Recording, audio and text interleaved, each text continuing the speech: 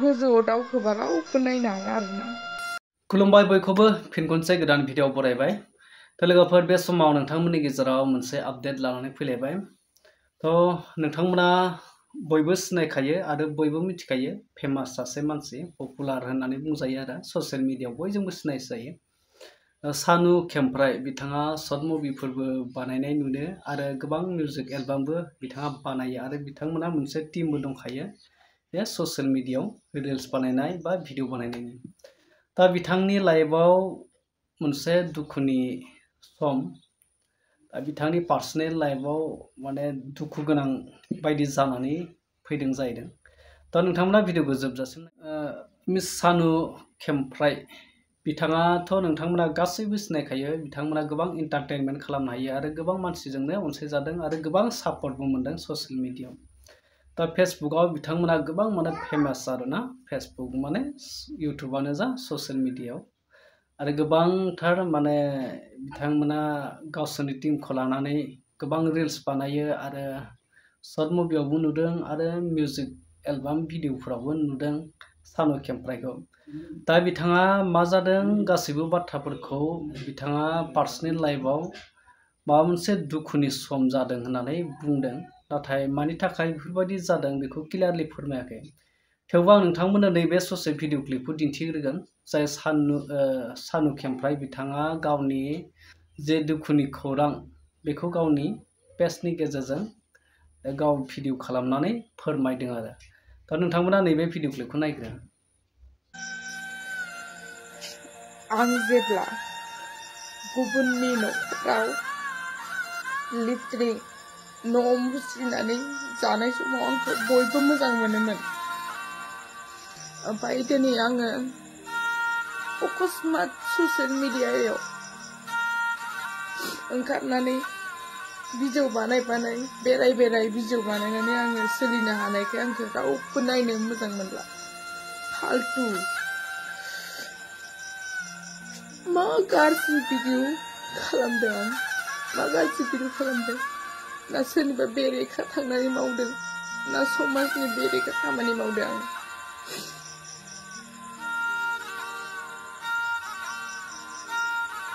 नंमारगौ जोंबायदि फिसा मानसिया गोजौआव दावखोबा रावबो नायनो हाया आरोना। आंखौ सों, उन्दैनिफ्रायनो माबायदि खस्थ'जों जानानै देरबोनाय मानसि आङो। ओंखाम बोथिसेनि थाखाय मोदै मोदै आं सानाखै मालाबाबो जे ससियेल मिडियायाव आं बेफोरबायदि रां थाखा खामायनो हागोन होननानै आं मालाबाबो सानाखैमोन आरोना। नाथाय बोरै बिदि जाखो? आङो मालायनि न'खराव बिदिनो खामानि मावोमोन, मालायनि न'खराव न' मुसिनाय मा मुसिनाय बेफोरबायदि खामानि मावोमोन आरोना। बे समाव सिगां खथ' सेरेप सावनानै जाबोबाय, सेरेप फाननानै जाबोबाय। सेरेप फाननायखौ रावबो बादा होआमोन, सेरेप फाननाङा बिदि हामा होननानै रावबो बुङामोन। ओमफ्राय दिनै आङो इसोरा ओरैबायदि अनबाय आंखौ,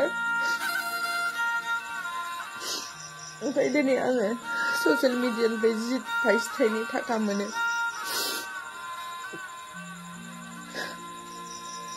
बिदिनो आं सोलिनानै भिडिअ बानायो, बेरायो, गिदिङो।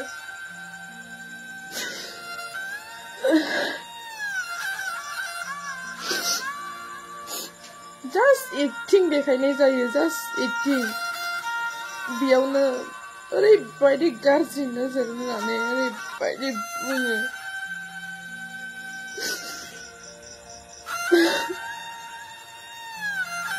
आङो भिडिअखौनो बानायलासो सानबाय लोगोफोर। आं हाजिरा मावनानै जाफिननोसै, जौ सेरेप सावनानै आं जानोसै। गुबुननि न'खराव थांनानै आं न' मुसिनानै लेट्रिन साफा खालामनानै आं जानोसै होनबाना समाजनि थाखाय गोबां मोजां जागोन। दिनै आंखौ बेबायदि ससियेल मिडियायाव एक्टिं खिथिनानै बेराय थाखा खामायनायखौ आंखौ रावबो मोजां मोनासै आंखौ। थाइसे थाखा गैयाबाबो आङो रावनोबो गैफेरा। दिनै आंनाव फैसा फैनायनि लामा दं होननायखायसो आं दिनै गुबुननाव धारखौ एसे एनै लायो आङो।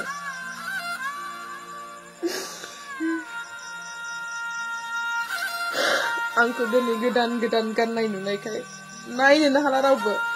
सिगां आङो गुबुननि दख'ना सुरि मालाय हरनाय मालाय होनाय गाननानै आङो थायोमोन।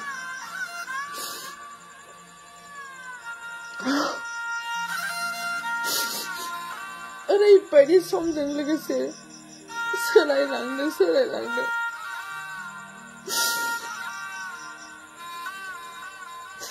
होमबाबो रावखौबो थगायफेरनो मोनाखै, रावखौबो।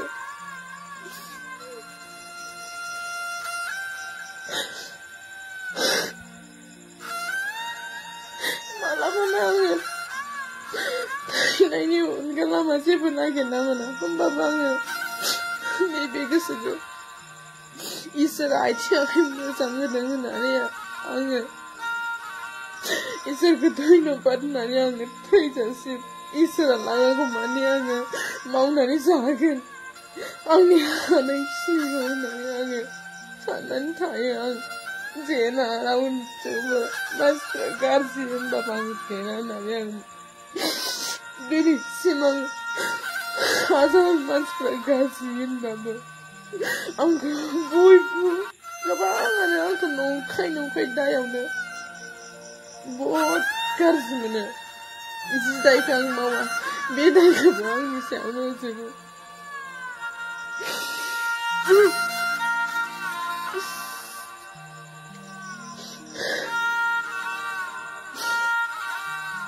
आं दिनै बिजौआनो गारनानै हाजिरा मावनानै जाबा आंखौ गोबां मोजां मोनगोन आरोना, बयबो मोजां मोनगोन। नाथाय आंसो मोनगोन खस्थ'खौ।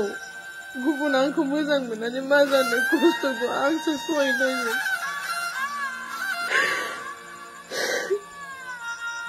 दिनै बिजौ बानायनो होननानै खस्थ' गैया नामा बिजौनाव?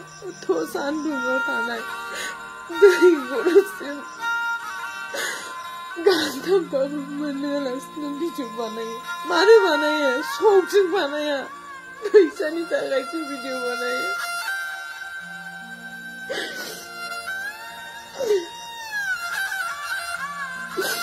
दिनै सर्टकाट लामा लानाय होनबा जों बेबायदि बिजौखौनो बानायामोन आङो।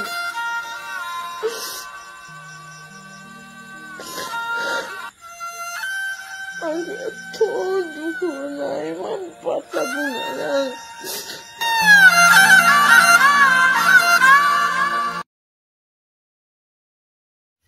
थारैनो नोंथांमोना बुजिबाय सानु खेमफ्राया मा फोरमायखो, दा बिथांनि लाइफआव मानि थाखाय दुखुआ हरखाबै साग्लोबखो।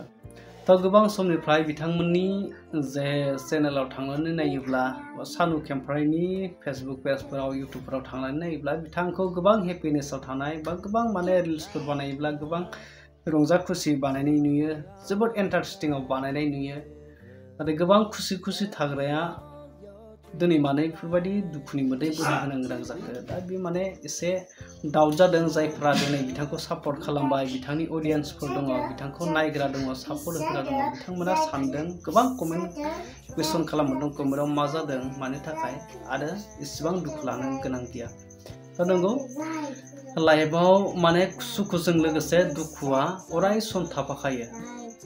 नों जेसेबांखिनि सुखु थानो नाजाया मानो दुखुआ नोंजों लोगोसे थाफाबाय थाखागोन। नों जेसेबांखिनि दुखुखौ बोखानो नाजाया बेसेबांनो बांगोनसो दुखुआ। थ' सुथुराबो बांगोन आरो। नों सासे जुदि जाखांफुनाय जायोब्ला बा सासे मुंदांखा जानो सानोब्ला नोंजों लोगोसे सुथुराबो उन उन थाबावबाय थागोन। जेब्ला नों साक्सेस जागोन बे समाव नोंखौ बोख्लायनायनिबो माखासे खायदा लागोन। दा बेफोरबायदि माने गोबां मानसिफोर थायो सासे फेमास मानसिखौ माने फ्लप खालामनो थाखाय गोबां नाजायो माखासे सुथुरफ्रा। गावजों लोगोसे माने साक्सेस जानायजों लोगोसे जाफुंसार जानायजों लोगोसे सुथुराथ' थाखायो, एगेन्स्टआ गोबां थायो आरो। दा बेफोरखौ सौसिलांब्लासो गाव माने गावनि लाइफनि जे साननाय बेखौ माने जाफुंहोनो हायो। थारमाने फंसे फंनै गुबुनफ्रा माने बिराद गाज्रि बुंखायो।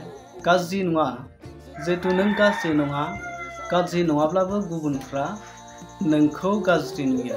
नोंनि साननायाव गाज्रि नङाब्लाबो गुबुना नोंखौ गाज्रि नुगोन। आरो जाय गाज्रि नुगोन, जायफ्रा गाज्रि नोजोराव नायगोन, बिसोरसो बांसिन गाज्रिखौ नुगोन। नों जुदि थार सैथो लामाजोंनो जुदि आवगायबाय थादोंब्ला नों जेबो गाज्रि खामानिखौनो मावखायाखै। नाथाय जाय नोंखौ हेंथा होग्रा, जाय सुथुरा नोंनि उनाव थाबावबाय थायो, बैसो नोंखौ गाज्रि नुबाय थागोन, सानफ्रोमबो गाज्रि नुबाय थागोन। मानो होनोब्ला बिथाङा नोंनि साक्सेस जानायखौ, नोंनि दावगानायखौ लुबैया। बियो उन जानानै थानायखौ लुबैयो, गावनिफ्राय सिगां जानायखौ लुबैया। बेखायनो बे गाज्रि नुबाय थायो आरो बै गाज्रि नुग्राया नोंखौ मालाबा समाव जेब्ला सुखु थायो, बै समाव नोंखौ दुखु सोनो नाजायो आरो। दा बेफोरबायदि माने समजों लोगोसे फैयो। दा बेखायनो जों गासिबो नाजानायाव थानांगौ आरो बेफोरबायदि एसे एनै माबा मोनसे प्रब्लेम जायोब्ला सल्भ खालामना लानो हानाय जानांगौ आरो। अब्लासो गावनि लाइफआव साक्सेस जानाया अरायसम माने जिउ जोबजासिम लाइफ टाइम माने बेफोरबायदि सोलिलांबाय थानो हागोन आरो। थ' बेवहायथ' बांद्राय बाथ्रा बुंनो सानाखै, नोंथांमोनाथ' बुजिखाबाय। सानु खेमफ्राय बिथांमोना ग्रुप दङ, बिथांमोननि रिल्सफोरखौ आंबो नायो। दा बिथांमोननि रिल्सफोरखौ नायनानै मोजां नुयो। दा बिथांमोना गोबां जायगाफ्रावबो बेरायो, बिदिनो हेपिनेस खालामो, गोबां माने एन्जय खालामो, इन्टारेस्टिं थायो। दा बिदि गोबां माने मानसिफोरजोंबो, रायजोफोरजोंबो सापर्ट मोनदों। बिथांमोननि अडियेन्सफोरा गोबां दङ आरो गोबां फलोवार्सफोर दङ, गोबां साबस्क्राइबार दं बिथांमोनखौ सापर्ट खालामग्रा। दा बेनोसै आरो आं नोंथांमोननो फोरमायबाय नैबे ससे आपडेटखौनो। बिनि सायाव नोंथांमोना मा फोरमायनो सानो कमेन्ट खालामनानै फोरमायदो।